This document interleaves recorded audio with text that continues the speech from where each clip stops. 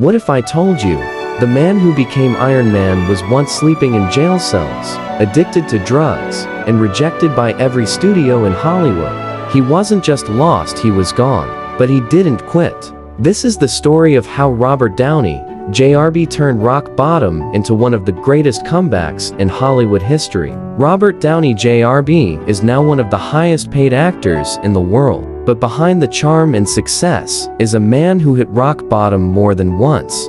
Drugs, jail, career destroyed, and still he rose. Robert was born in 1965 in New York. His father, a filmmaker, introduced him to acting and also to drugs. At just 6 years old, Robert smoked marijuana for the first time. His childhood was filled with chaos, instability, and addiction. As a teenager, he showed promise in movies. By his 20s, he was nominated for an Oscar for Chaplin. Everyone said, "This guy is going to be a legend." But behind the camera, he was spiraling. In the mid-90s, Downey's drug use became uncontrollable. He was arrested multiple times for possession of heroin, cocaine, and marijuana. One time, he was so high, he walked into a neighbor's house and fell asleep in their kid's bed. He spent nights in jail and months in rehab. Hollywood gave up on him.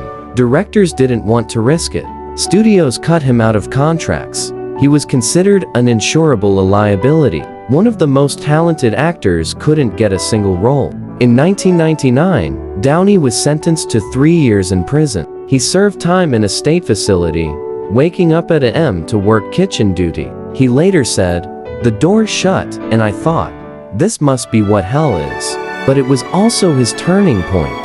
After getting released, he still relapsed, still struggled. But this time, he started to fight back. He found structure, therapy, and accountability. He started rebuilding his health, his habits, and his mindset. In 2003, he met Susan Levin, a producer. She told him, "If you don't get clean, I'm leaving." He chose love. He chose life. In 2008, Marvel wanted to make Iron Man, but Robert Downey Jr. was not their first choice. In fact, they didn't want him at all. He was still considered too risky, but director Jon Favreau fought for him. He said, "Downey is Tony Stark." The studio gave in but barely. They gave him a small salary and no guarantees. And then, Iron Man was released. It made $585 million. Audiences loved him. Critics praised him. And just like that, RGG was back.